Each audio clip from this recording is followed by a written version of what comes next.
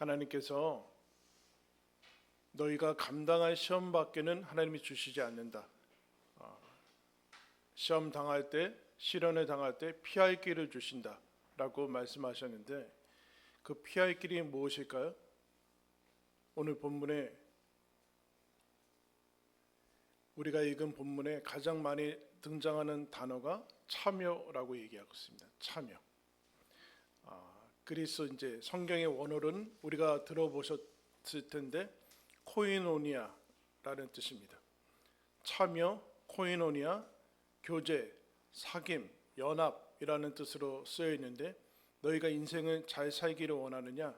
참여를 해야 된다. 참여를 잘해야 된다. 여러분, 인생이 바뀌길 원하십니까? 참여하는 것을 바꾸셔야 됩니다.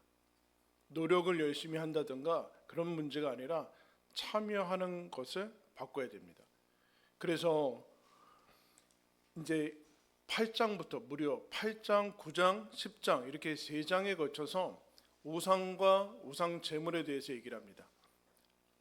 이렇게 길게 얘기하는 이유는 당시 고린도 교회가, 그리고 주변의 모든 이방 사회가 그리스 신전 아닙니까? 그 신에게 제사하는 것들로 온통 가득 차 있는 거기에서 하나님의 믿는 것이 무엇인가를 밝히는 것에 긴 시간의 할애를 하고 있습니다. 그러면서 이제 결론 부분에 다다르면서 너희가 누구인지를, 어디에 참여하고 있는지를 기억을 해야 된다. 이것이 하나님께서 우리에게 주신 인생을 잘 살아가는 길이다 라고 말씀합니다. 오늘 한번 따라하겠습니다. 그리스도의 피와 몸에 참여하다. 16절 보시면 우리가 축복하는 바 축복의 잔은 그리스도의 피에 참여함이 아니며 우리가 떼는 떡은 그리스도의 몸에 참여함이 아니냐. 성찬에 대해서 얘기를 하고 있죠. 우리가 축복해서, 예수님이 축복하면서 주셨던 그 잔, 우리가 성찬을 행하는 것은 그리스도의 피에 참여하는 것이다. 그리스도의 피에 코이노니아, 교제하고 거기에 연합되는 것이다. 떼어서 주시는 떡을 받는 것은, 떡을 먹는 것을 넘어서 그리스도가 죽으신 그 십자가의 죽음에 참여하는 것이다. 그런데 많은 참여 중에서 그리스도의 몸과 피라고 얘기했습니다. 죽으심이죠. 여러분, 죽었다라는 뜻은, 그리스도는 보통 명사입니다. 메시아, 구원자라는 뜻인데, 예수님이 이 땅에 오셔야지만 구원자가 되는 것이죠. 성육신이라고 합니다. 성육신이 뭘까요? 하나님의 때 역사에 참여하신 것입니다. 그리고 예수님이 공생애를 3년 정도 사셨다고 하는데, 그 앞에 공생애의 반대말인 사적인 생애라고 해서 사생애라고 하는데, 그 단어가 조금 이제 어색해서 우리는 잘 쓰지 않는데, 어쨌든 예수님이 어린 시절 이 땅에 태어나서, 아기로 오셔서 태어나서, 그리고 30년간 이 땅에 인생을 삽니다. 즉 인생에 참여하신 하나님입니다. 그래야지만 메시아가 될 수 있습니다. 그리고 죄, 십자가의 피, 몸, 십자가의 죽으심이죠. 무엇에 참여하시는가? 죄와 사망에 참여하십니다. 그래서 메시아가 되십니다. 예수님이 죽으심이 우리의 죄와 사망에 참여해서 그것을 씻어낸 하나님의 구원의 역사이기 때문에 메시아 그리스도다라고 얘기를 하고 있습니다. 그래서 예수님이 우리 땅에 오신 이유, 하나님이 아들을 보내신 이유는 고린도전서 1장 9절 다 잊어버리셨을 텐데, 거기서 이렇게 설명했습니다. 너희를 불러 그의 아들 예수 그리스도 우리 주와 더불어 교제하게 하시는 하나님은 미쁘시다. 왜 우리를 불렀는가? 저와 여러분을 왜 불렀는가? 예수님과 교제하는 사람으로 부르셨다. 그게 여러분 구원의 목적입니다. 그래서 여러분, 예수님을 임마누엘이라고 하죠. 하나님이 우리와 함께 계시다라고 얘기하고 있습니다. 즉 무슨 뜻일까요? 참여하시는 하나님이다 라는 뜻이에요. 참여하시는 하나님이다. 그런데 우리가 인생을 살면서 고통을 당하죠. 시련도 당하고 우리가 감당할 수 없는 일들을 보고 겪고 합니다. 지금도 얼마든지 뉴스를 펼치면 우리가 우리의 그 이해력으로는 이제 이해할 수 없는 일들이 계속해서 나타나는 것을 봅니다. 그때 우리는 묻습니다. 어느 날 어느 고통의 현장이든 우리는 묻게 돼 있어요. 하나님이 어디 계십니까? 하나님이 지금 뭐 하고 계십니까? 라고 묻게 되는 것이 여러분 우리의 현실입니다. 그때 하나님이 뭐라고 얘기하시는가? 나는 그 고통에 참여하고 있다. 그렇게 얘기를 하고 있습니다. 고통을 아예 없애면 되지 않습니까? 그거는 쉽지가 않습니다. 예수님이 우리 이 땅에 오셔서 우리의 삶에 직접적으로 참여하시는 하나님이어야지만 구원자가 될 수 있습니다. 그것을 요한계시록 3장 20절에 볼지어다 내가 문 밖에 서서 두드리노니 누구든지 내 음성을 듣고 문을 열면 내가 그에게로 들어갈 것이다. 라오디게아에 하신 말씀인데 예수님이 우리 마음 문의 영혼의 문을 열면 우리 안에 들어오시겠대요. 그럼 그 다음이 좀 싱거워요. 예수님이 들어와서 뭐 하신대요? 그와 더불어 먹고. 너무 신기한가요? 싱거워요.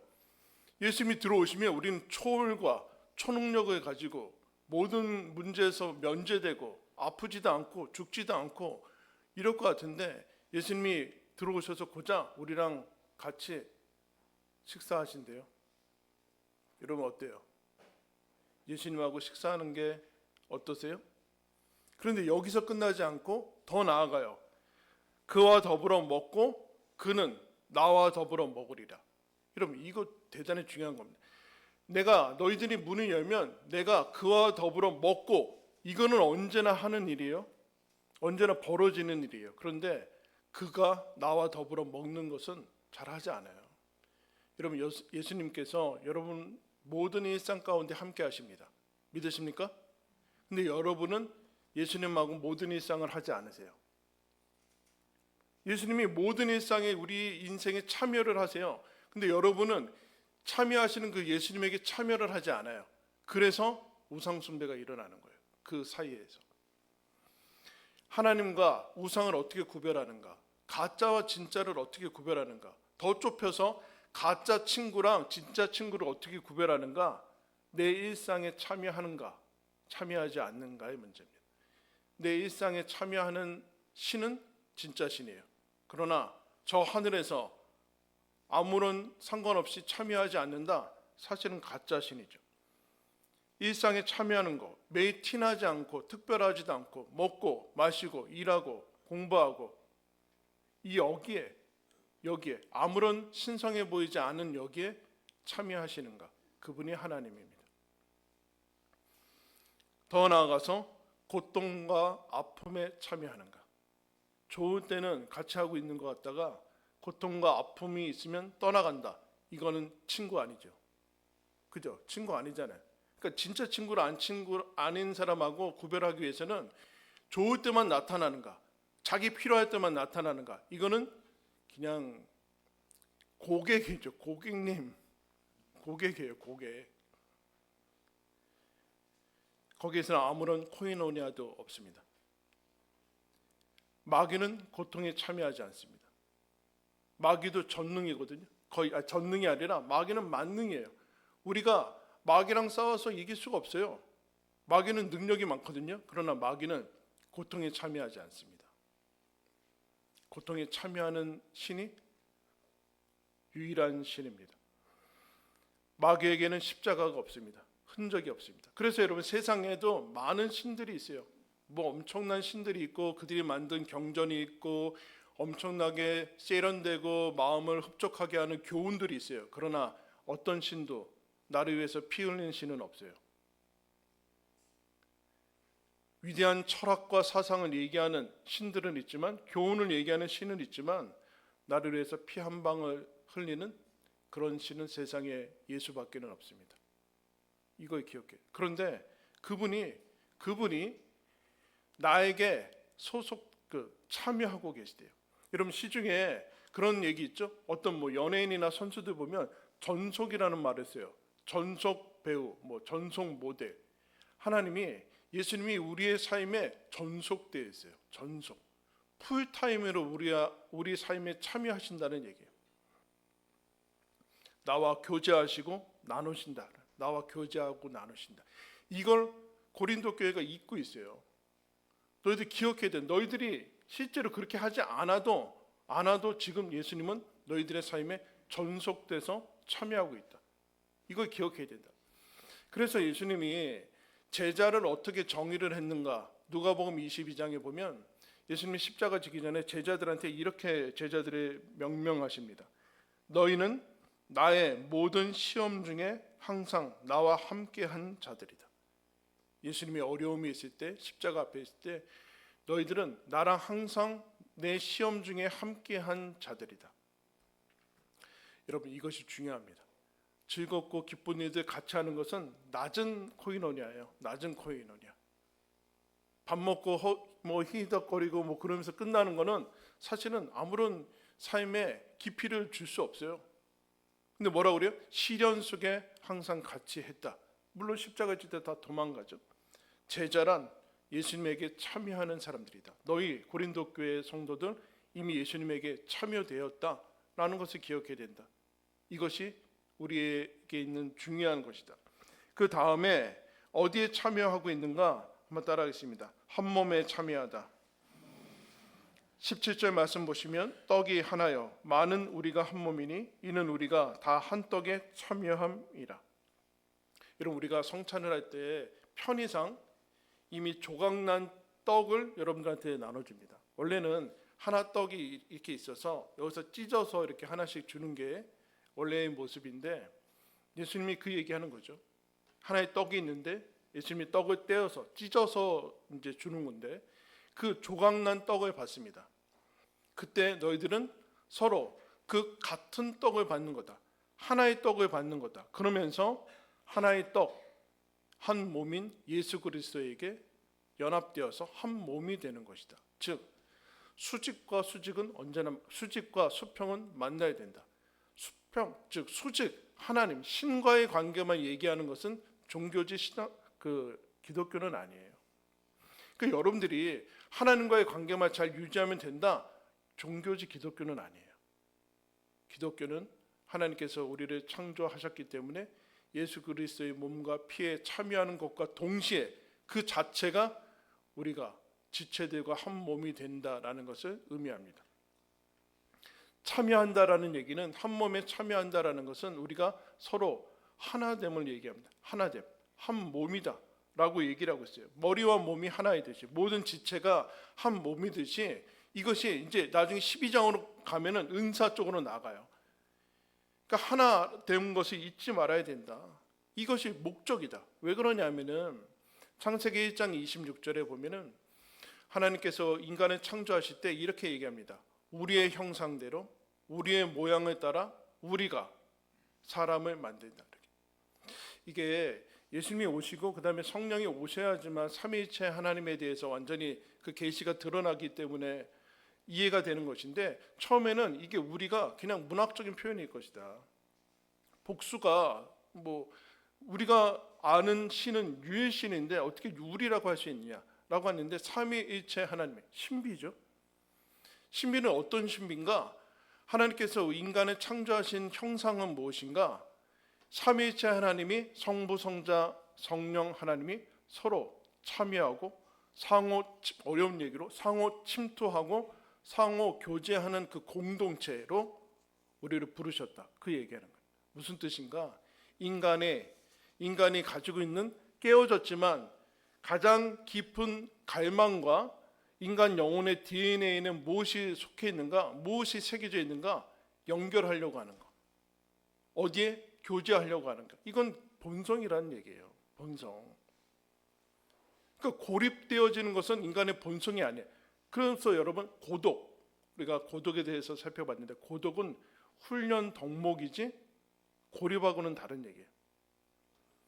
삼위일체 하나님의 사랑의 공동체에 참여하는 것이 창조 목적이에요. 거기서 서로 나누죠. 서로 나누고 상호 나누고 흐름이 있고 교류가 있고 거기에서 여러분 한 몸이 되는 거예요.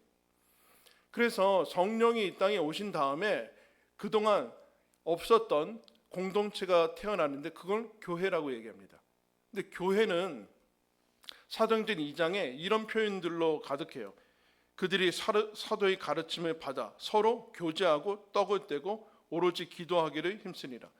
모든 물건을 서로 통용하고 각 사람의 필요를 따라 나눠주고 날마다 마음을 같이하고 집에서 떡을 떼며 이렇게 얘기해. 다 나누는 것밖에 없어요. 여기에는 혼자 도 닦는 게 없어요. 여러분, 혼자서 사적인 구원은 없어요.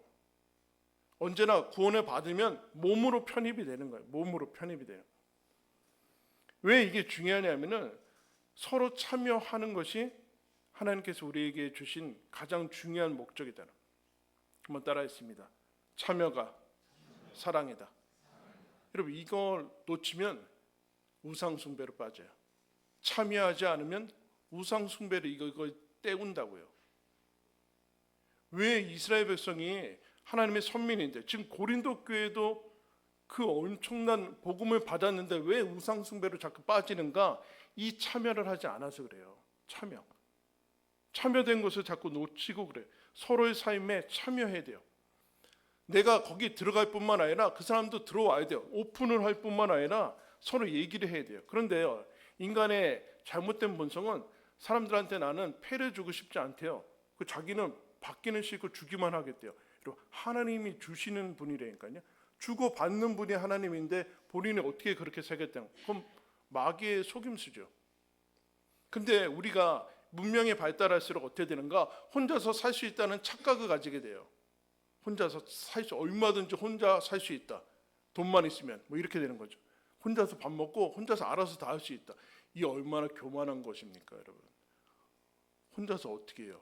밥을 시켜 먹으면 여러분 그거 누군가 해오는 거 아니에요? 배달해오는 거고 만들어주는 건데 어떻게 혼자 살 수 있다는 얘기예요? 거기에는 깊은 갈망, 연결하고 교제하고 코이노니하고 싶은 이 갈망을 우상으로 채우고 있는 거예요. 이 고립된 단절감을 오픈하기 싫은 거예요. 누구에게 다가갈 용기가 안 나는 거예요. 왜요? 상처받았겠죠. 서로 그것들에 대해서 드러내는 것에 대해서 상처를 받았겠죠. 근데 아픔을 들어요. 여러분, 만약에 여러분들이 누구랑 사귀는데 이 사람이 연애하는데, 우리 청년들, 야 자냐? 자, 연애를 해요. 연애를 하는데 맨날 만나서 밥만 먹고 영화 뭐 보고 좋은 얘기만 하고, 근데 내 아픔과 내 어려운 일은 다른 사람하고 얘기하냐? 그러면 이게 어떻게 돼요? 이 관계가 아무것도 아니죠. 왜 서운해할까요? 그 어려운 거 왜 나한테 얘기하지 않았냐? 그 얘기는 뭐예요? 우리가 가지고 있는 어려움, 고민, 고통이 상대방이 보기엔 그게 보물이라는 거예요. 나랑 가장 좋은 것은 안 나누고 얕은 것만 놔두는 거예요. 거기에는 우상 숭배가 끼어듭니다. 그 관계는 정상적이지 않아요. 친밀감이 없다는 거죠. 친밀감은 좋은 것을 나누는 것뿐만 아니라 내 아픔, 고통. 그래서 여러분, 예수님이 뭐 하십니까? 오셔서 모든 것을 다 오픈하세요. 그러자 어떻게 됩니까? 사람들이 못 박아 죽여요. 이게 세상인데, 그러나 그걸 넘어가세요. 그걸 넘어가야 돼요, 여러분. 상호 오픈을 하고 거기에서 내가 무시당하고 혹 경멸당하고 상처받을 것을 알면서 오픈을 해요. 근데 상대가 받네요? 그걸 사랑이라고 합니다. 그래서 여러분 결혼했잖아요. 그래서 결혼한 거예요. 잘 사는 비결이 무엇인가? 참여를 바꿔야 돼요. 참여. 그래서 디모데후서에 이런 얘기가 있습니다. 너는 청년의 정욕을 피하고 주를 깨끗한 마음으로 보는 자들과 함께 의와 믿음과 사랑과 화평을 따르라. 여러분, 이 당시에 교회는 얼마나 허접합니까? 부르심을 보라. 너희들이 문보일 좋은 자가 있느냐? 앞에서 얘기했잖아요. 고린도 문보일 좋은 자가 있느냐? 잘 나가는 사람은 있냐? 갔더니만 노비들 모여놓고 천한 사람들, 병자들, 고아, 과부들 모아놓고서 니네 뭐하냐? 여기가 얼마나 별로예요. 교회 왔더니 얼마나 재미가 없어요. 나가면 재밌는 것들이 얼마나 많은데, 그래서 맨날 무슨 직장 동료 안 믿는 사람들 모임에만 참여한다? 그럼 망할 거예요. 왜요? 거기에서는 그들이 연결을 어떻게 하는가? 우상숭배와 음행과 원망과 험담과 세상의 모든 가치관으로 그들이 연결을 하는 본능을 채울 것이기 때문에 거기서 계속 있으면 여러분들 영향을 받을 거예요. 참여하지 마세요. 참여를 나오세요. 참여를 바꾸셔야 돼요. 노력이 바꾸는 게 아니라 참여하는 공동체를 바꿔야 여러분들이 인생이 바뀌어요. 뭐라고 그래요? 의와 주를 깨끗한 마음으로 부르는 자들과 함께 의와 믿음과 사랑과 화평을 따르라. 여기에 열심히 참여하셔야 돼요. 이미 여기에 속해 있잖아요. 여기는 어쩌다 그냥 가끔 하고 다른 데서 뭐 맨날 친밀감을 누리고 그러면 여러분들은 우상 숭배에 빠지게 돼 있어요. 괜히 음행에 빠지는 게 아니에요. 거기서는 그런 것들을 아무렇지 않게 생각하기 때문에 그래요. 그리스도의 몸과 피에 참여하고 하나님이 허락하신 구체적인 가시적인 공동체에 참여하는 것만이 우리가 인생을 광야 같은 인생을 살아나가는 유일한 여러분 길이에요. 이것이 유일한 피할 길이에요. 그런데 이렇게 설명하면 됐는데 그 다음에 19절에 보면은 다시 시작을 하는 것처럼 얘기합니다. 우상 숭배하는 일을 피해라. 19절에 그런즉 내가 무엇을 말하느냐? 우상의 제물은 무엇이며 우상은 무엇이냐? 원래 논리적으로 논술로 쓰면은 너희들 우상 숭배 피해라. 왜냐? 우상 숭배는 나쁜 거고 나중에 귀신과 교제하는 거고 하나님이 그거를 겸할 수 없다라고 얘기하니까 우상 숭배 피해라. 그리고 그리스도의 피에 참여해라. 한 몸에 참여해라. 이렇게 가야지 논리적인데 바울은 거꾸로 얘기하고 있죠. 무슨 뜻이에요? 너희들은 이미 그리스도의 피에 참여한 사람들이다. 한 몸으로 묶인 사람들이다. 그런데 여기서 그 갈망하고 있는 교제와 연결감을 채우지 않으면 너희들은 반드시 우상 숭배에 빠진다. 우상 숭배로 연결할 것이다. 즉 우상 숭배와 음행과 원망과 이 모든 것은 잘못된 연결이거든요. 잘못된 연결. 코이노리아를 대체할 수 있다라고 착각하게 만드는 연결. 이게 문제예요, 이게. 그런데 얘기를 하죠. 그것은 무엇이냐? 아무것도 아니다. 우상이 뭐냐? 없는 거 아니냐? 즉 허무다. 여러분들이 그 연결하고자 하는 갈망을 그냥 혼자서 맨날 게임하고 맨날 텔레비전 보고 하루 종일 그러면 뭐가 남아요? 허무가 남아요. 허무가 남아요. 사실은 내 안에 누구랑 연결이 되고 싶거든요. 하나님하고 연결되고 싶고 공동체에 연결이 돼서 소속과 용납을 받고 싶은데 그게 안 되는 거예요. 그러니까 뭐 혼자서 뭘 할 수밖에 없는 거죠. 우상이 뭐냐? 아무것도 아니지 않느냐? 아무것도 아니지 않느냐? 그 다음에 20절에 무릇 이방인이 제사하는 것은 귀신에게 하는 것이요 하나님께 행하는 것이 아니다. 나는 너희가 마귀와 교제하는 자가 되기를 원하지 아니한다. 무슨 뜻일까요, 여러분? 귀신과 뭐 접신한다는 뜻이에요? 소통한다는 뜻입니까? 아니죠. 하나님이 그걸 명하지 않았다. 이방 제사를 하는 것은 하나님이 명하지 않은 제사다. 즉 그러면 아무것도 아니지 않느냐? 그럼 결국엔 마귀 유혹에 넘어가서 마귀가 시키는 일을 하는 거 아니냐? 귀신과 교제하는 자라는 뜻은 파트너, 협력자. 은연중에 아니면 적극적으로 예수 그리스도 앞에 참여하지 않으면 여러분 그 자체로 여러분 하나님에게 협력하지 않은 자 아닙니까? 그 얘기를 지금 하는 거예요. 그런데 문제는 이방 제사를 드리면 뭐 제사에 한정해 있지만 우상 숭배를 하면은 신을 섬기고 있다고 착각을 하고 있어요. 본인이 열심히 하니까. 열심히. 구원의 길이 거기 있다라고 생각하는. 그러나 여러분 마귀가 뭡니까? 거짓과 살인의 아비라고 얘기하고 있어요. 여러분들의 가족과 여러분들을 가장 망하게 만들고 멸망과 사망으로 죄와 악으로 망가뜨리게 만드는 대상인데 그럼 그걸 좋아할 수 있습니까? 오늘날 텔레비전이나 뭐 매체들은 마치 무슨 마귀나 무슨 이런 귀신이나 이런 게 재밌는 것이냐 그냥 오락으로 얘기하고 있는데 심각하죠. 여러분들의 삶을 망가뜨리는 것은 마귀와 절망과 사망에 참여하고 있는 것 중에 하나다. 그러면 이것을 왜 쉽게 끊어내지 못하는가? 라고 얘기하면 21절에 너희가 죄의 잔과 귀신의 잔을 겸하여 마시지 못하고 죄의 식탁과 귀신의 식탁에 겸하여 참여하지 못하리라. 여러분 지금 어디 있어요? 어디 있어요? 어디 있어요? 본당에 있는데요. 교회에 있어요. 여기 있죠? 그러면 어디 있어요? 다른 데는 없다는 뜻이 아니에요. 그죠? 이게 알리바이 아니야. 알리바이 부재증명. 여기 있으니까 다른 데는 없다는 뜻이에요. 겸하여 섬기서 다 좋은 거 아닌가? 이 신도 믿고 저 신도 믿고 다 좋으면 아닌가? 다다익선 아닌가? 근데 여러분 이거는 하나님의 개념으로 생각해서 그래요. 여러분 누구랑 부부든 아니면 누구랑 사귀는데 이 사람이 나 말고도 다른 사람 사귀네요? 그러면 어때요? 뭘 어때요? 어떻게 끝나는 거지. 이걸 용납할 수 있어요? 이거 설명을 해야 되냐고요. 근데 하나님은 이거 된다라고 착각을 하는 거예요. 이 신도 믿고 저 신도 믿고 우상도 믿고 바알도 믿고 뭐 내 돈도 믿고 내 건강도 믿고 그러면서 하나님을 섬길 수 있다라고 착각하는 것 자체가 이미 불가능한 일을 하고 있는 거 아니에요.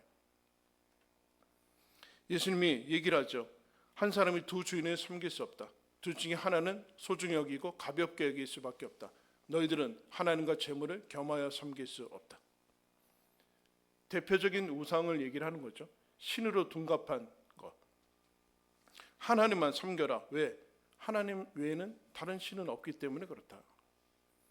그러면서 우리가 그리스도의 몸과 피에 참여하고 한 몸인 구체적인 교회에 참여하는데 그 다음에 어디에 참여하는가? 22절 우리 다 같이 한번 읽겠습니다. 시작. 그러면 우리가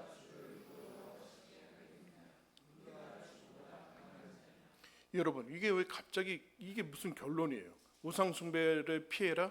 그러면서 우리가 주를 노여워하시게 하겠느냐? 우리가 주보다 강한 자냐? 이게 무슨 생뚱맞은 결론? 이게 무슨 결론일까? 여러분 주를 노여워하시게 하겠느냐? 하나님이 살아계신 분이라는 거죠. 그러면서 앞에서 우상 숭배와 음행의 예로 민수기에 나오는 시딤에서 모압 여인들과 바알보올에 참여하면서 음행이 일어난 바알보올 사건을 얘기를 했어요.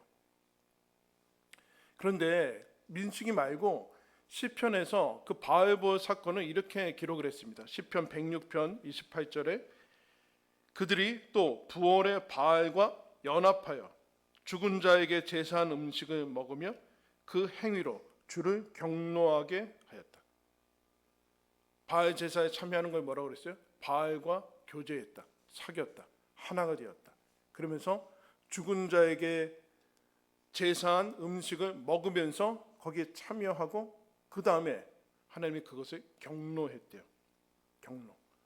그럼 당연히 경노하죠. 왜요? 다른 신은 없으니까.